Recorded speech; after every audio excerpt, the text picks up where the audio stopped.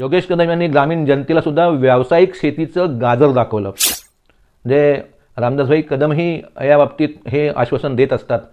त्यांचे पुत्र योगेश कदम यांनीही या मतदारसंघातील ग्रामीण जनतेला व्यावसायिक शेतीचं गाजर दाखवलं.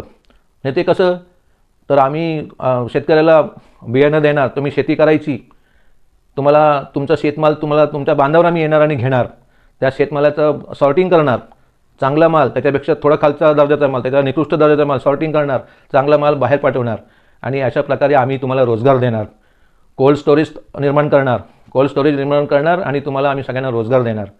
मिळालं का बांधवांनो, याचा विचार करणं गरजेचं आहे. ग्रामीण भागातील शेतकऱ्यांना, जनतेला मी हे विचारतो की हे झालं का, आपल्याला व्यावसायिक शेती आपली चालू झाली का, आपल्याला रोजगार मिळाला का, याचा सगळ्यांचा विचार करणं हे केवळ गाजर म्हणूनच राहिलेलं आहे.